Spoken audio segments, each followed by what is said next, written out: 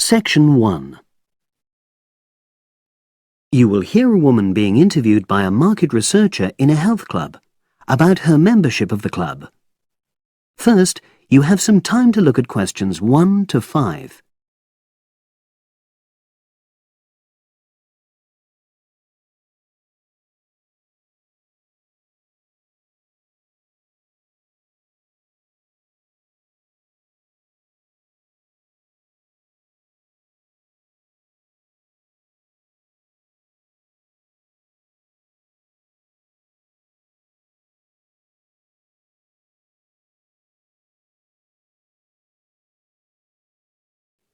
Now we shall begin. You should answer the questions as you listen, because you will not hear the recording a second time. Listen carefully and answer questions 1 to 5. Oh, excuse me. I wonder if you'd have the time to take part in some market research. What's it about? About this club and your experiences and opinions about being a member. It'll take less than 5 minutes. Oh, OK then, as long as it's quick. Can I start by taking your name? It's Selina Thompson. Is that Thompson? Yes. Okay, great. Thanks. And what do you do for a living? Well, I'm an accountant, but I'm between jobs at the moment. I understand. But that's the job I'll put down on the form. And would you mind my asking which age group you fall into? Below 30, 31 to 50, and above? Over 50, I think we can safely say. Great, thanks. And which type of membership do you have? Sorry, I'm not sure what you mean. Do you mean how long of... No, is it a single-person membership? Oh, right, no, it's a family membership. Thanks. And how long have you been a member? Ooh, let me see. I was certainly here 5 years ago, and it was probably 2 to 3 years more than that. Shall I put down 8? Oh, I remember now. It's 9, definitely. Sorry. No problem. I've got that. And the last question in this first part is, what brought you to the club? Sorry? How did you find out about the club? Did you see any ads? Well, I did actually, but I have to say I wasn't really attracted to the club because of that. It was through word of mouth. So you were recommended by a friend? Actually, my doctor. I'd been suffering from high blood pressure, and he said the club was very supportive of people with that condition, so I signed up. Great, thanks. Before you hear the rest of the conversation, you have some time to look at questions 6 to 10.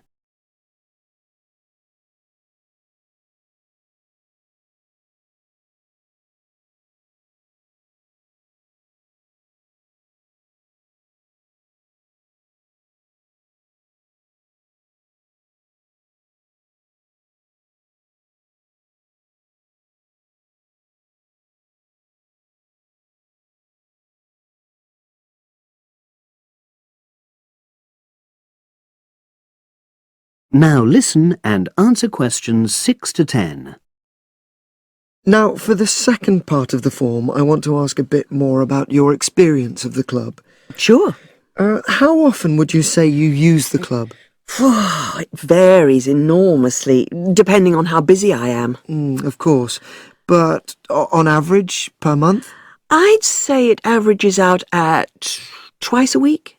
OK, so 8 on average. Yeah, and 4 of those are aqua aerobics classes. That leads me to the next question. Would you say the swimming pool is the facility you make most use of? Fair to say that, yeah. Right, thanks. And are there any facilities you don't use?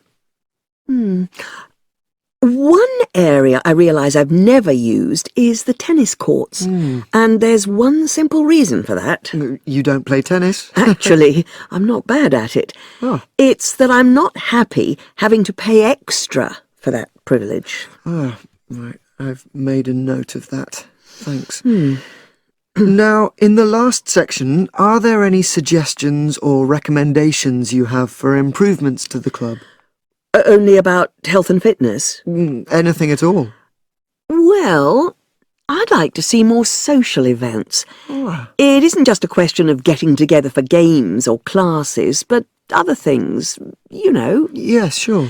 And another thing that I was thinking, when I had my yoga class in the gym last night, we were all sweltering in the heat, was that I think they should put in, or, you know... Air conditioning. That's exactly what I mean. The rooms are really light and well designed, but they do need proper installations. Sure. Well, I've made a note of that. Good. So, is there anything else you'd like to suggest? About quality of service, for example? Oh, everyone's very nice here. They couldn't be more friendly and helpful. Oh, but I tell you what, it's a shame the restaurant isn't open in the evening on Saturday, and Sunday as well, for that matter. Oh. So, the club should... Open it later on those days. OK. Well, thank you very much. That's all the questions I have. That is the end of section 1. You now have half a minute to check your answers.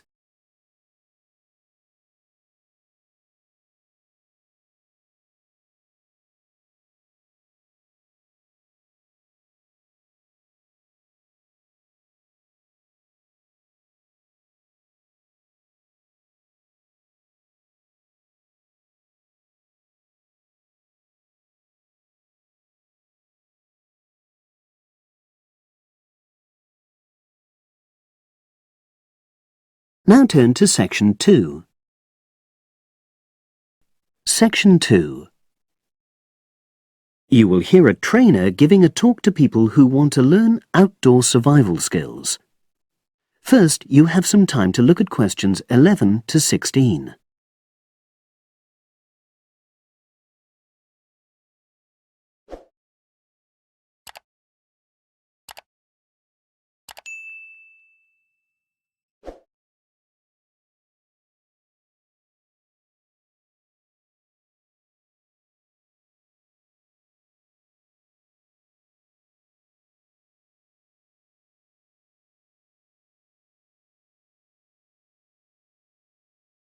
Now listen and answer questions 11 to 16.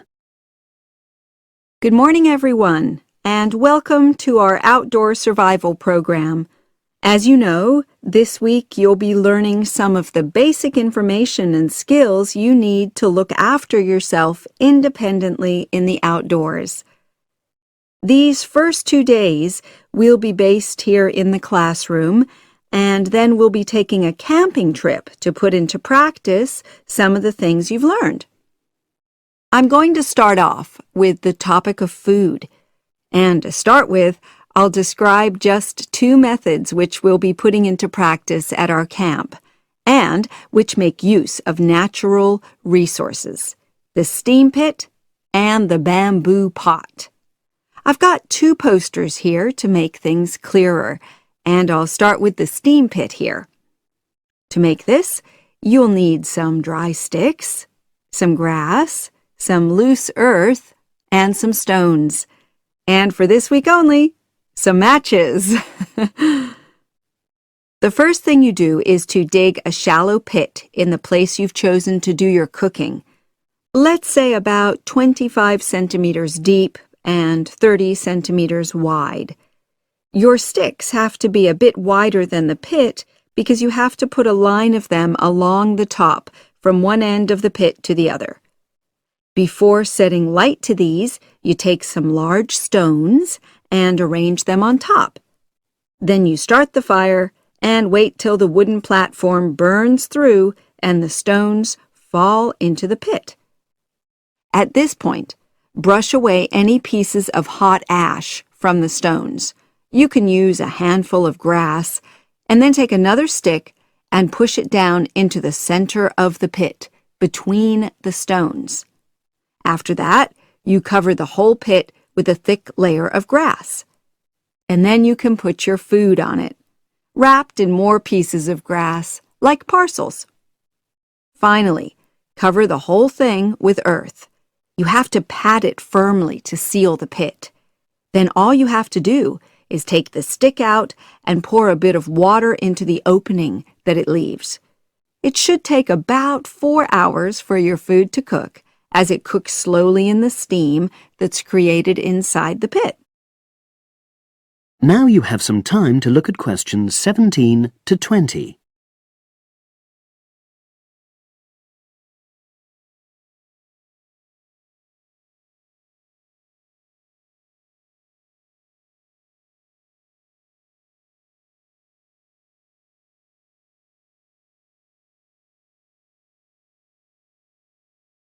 Now listen and answer questions 17 to 20. So, simple but effective. The other method you're going to practice this week is the bamboo oven. Now, the steam pit is ideal in certain conditions because the heat is below ground level. For example, if there's a strong wind and you're afraid a fire might spread. But when it's safe to have an open fire, you can use the bamboo oven method. You get a length of bamboo, which, as you probably know, is hollow and consists of a number of individual sections with a wall in between. You use a sharp stick to make a hole in each of the dividing walls apart from the end one. Then you lean the bamboo over a fire, with the top propped up by a forked stick and the bottom sitting on the ground.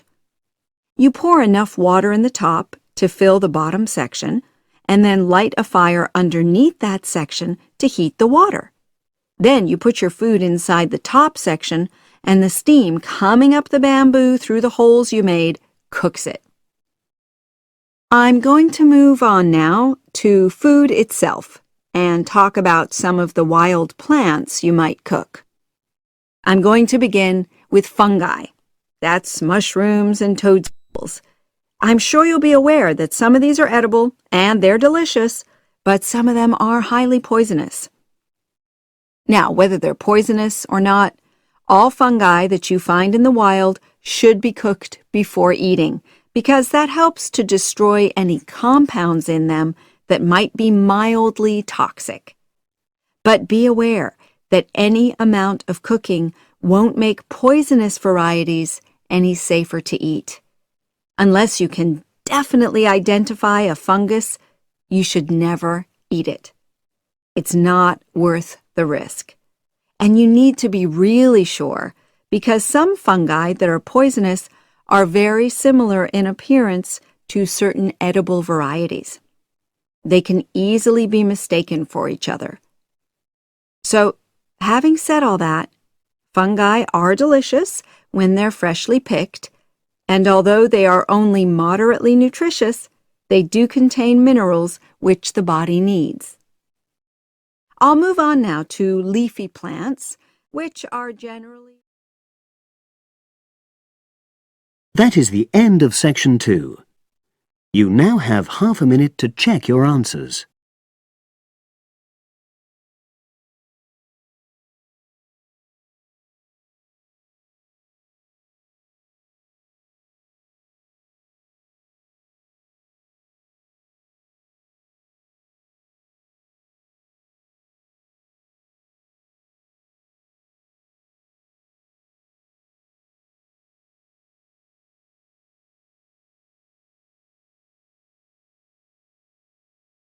Now turn to section 3. Section 3. You will hear a woman called Phoebe, who is training to be a teacher, talking to her tutor called Tony about research she has done in a school. First, you have some time to look at questions 21 to 25.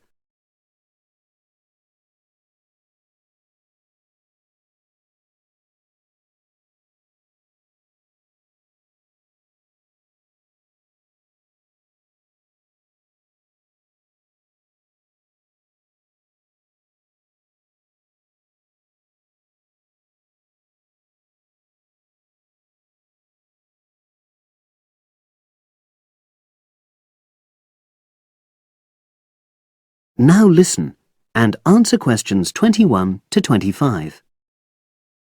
So, how did you get on with your school-based research, Phoebe? Well, it was exhausting, but really valuable. Good. What was the specific focus you chose? My title is Attitudes Towards Study Among 11 to 12-year-old Pupils. Right, and what made you choose that focus? Well, that's a bit difficult. Lots of my classmates decided on their focus really early on, mainly on the basis of what they thought would help in their future career, in their first year's teaching. So that's what helped you decide? Actually, it was that I came across a book written by experienced teachers on student attitudes, and that motivated me to go for the topic. Okay. So what were your research questions or issues?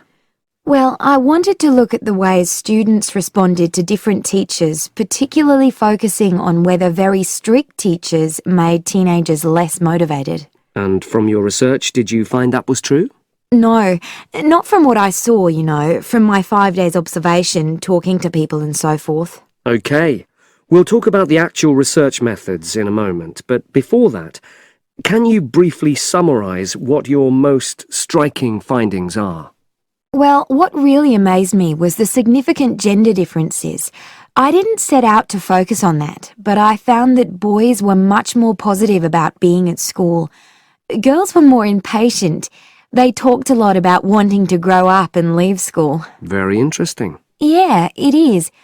From doing the research, it was clear to me that you might start out to focus on one thing, but you pick up lots of unexpected insights. Right. Did you get any insights into teaching? Yes, certainly. I was doing a lot of observations of the way kids with very different abilities collaborate on certain tasks, help each other. And I began to realise that the lessons were developing in really unexpected ways. So what conclusion do you draw from that? Well, I know it's necessary for teachers to prepare lessons carefully, but it's great if they also allow lessons to go their own ways. Good point. Now, I'm really pleased to see you doing this. Analysing and drawing conclusions based on data. But surely this isn't proper data. Because it's derived from such small-scale research. Well, as long as you don't make grand claims for your findings, this data is entirely valid. I like the way you're already stepping back from the experience and thinking about what you've learned about research. Well done. But I know I could have done it better. As you become more experienced, you'll find ways to reduce the risk of difficulties. Okay. Now you have some time to look at questions 26 to 30.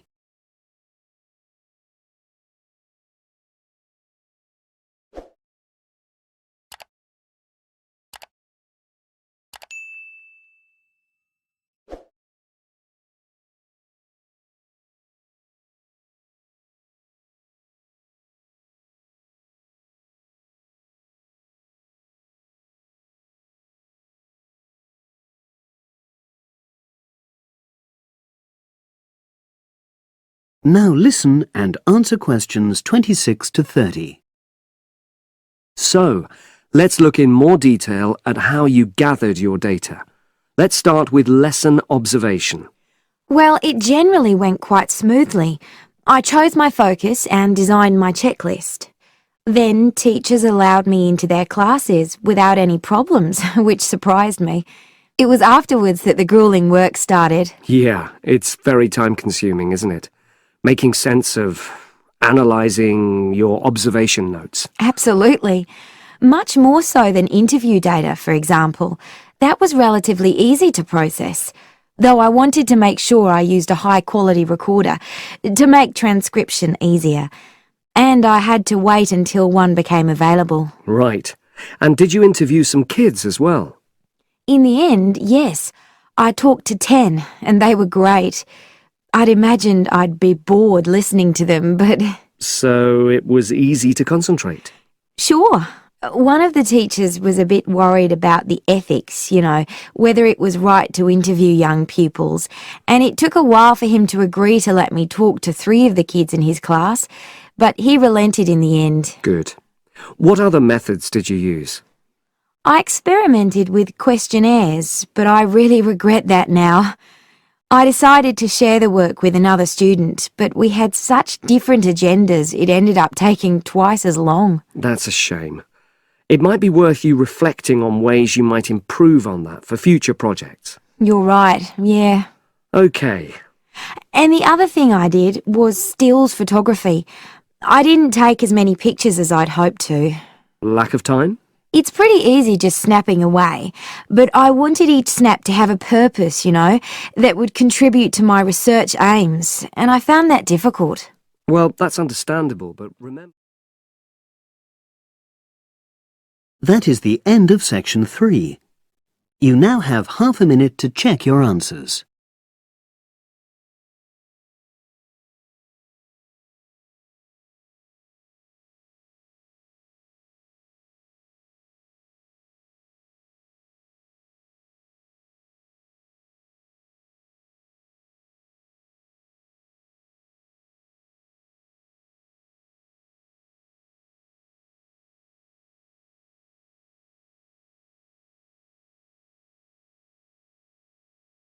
Now turn to section 4.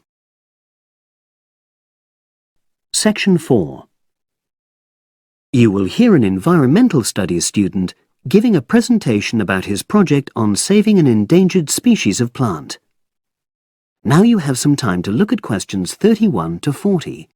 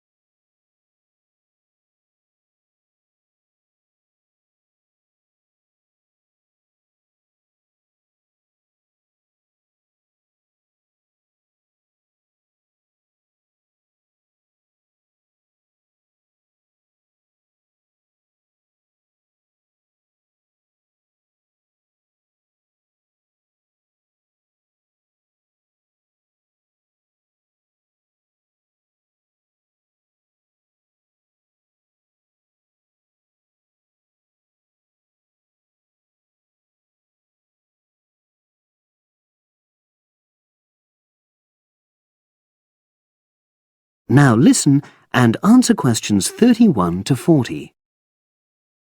For my presentation, I'm going to summarise what I've found out about efforts to save one plant species, the juniper bush.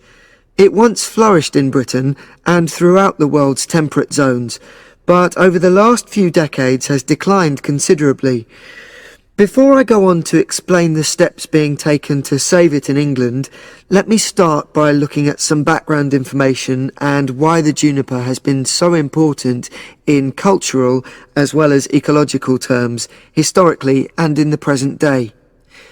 Firstly, I want to emphasise the fact that juniper is a very ancient plant. It has been discovered that it was actually amongst the first species of plants to establish itself in Britain in the period following the most recent Ice Age. And, as I say, it has a much valued place in British culture. It was used widely as a fuel during the Middle Ages because when burnt, the smoke given off is all but invisible, and so any illicit activities involving fire could go on without being detected. For example, cooking game hunted illegally. It also has valuable medicinal properties. Particularly during large epidemics, oils were extracted from the juniper wood and sprayed in the air to try to prevent the spread of infection in hospital wards. And these days, perhaps its most well-known use is in cuisine, cooking, where its berries are a much valued ingredient, used to flavour a variety of meat dishes and also drinks. Turning now to ecological issues, juniper bushes play an important role in supporting other living things. If juniper bushes are wiped out, this would radically affect many different insect and also fungus species. We simply cannot afford to let this species die out.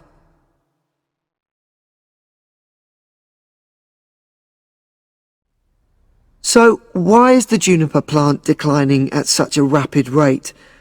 Well, a survey conducted in the north and west of Britain in 2004 to 5 showed that a major problem is the fact that in present-day populations, ratios between the sexes are unbalanced, and without a proper mix of male and female, bushes don't get pollinated. Also, the survey found that in a lot of these populations, the plants are the same age, so this means that bushes grow old and start to die at similar times, leading to swift extinction of whole populations. Now, the charity Plant Life is trying to do something to halt the decline in juniper species. It's currently trying out 2 new major salvage techniques, this time focusing on lowland regions of England.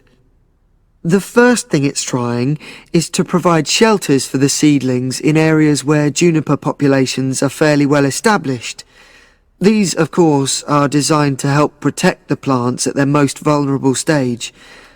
A further measure is that in areas where colonies have all but died out, numbers are being bolstered by the planting of cuttings which have been taken from healthy bushes elsewhere. Now, I hope I've given a clear picture of the problems facing this culturally and ecologically valuable plant, and of the measures being taken by Plant Life to tackle them. If anyone has any questions, I'd be happy. That is the end of section 4. You now have half a minute to check your answers.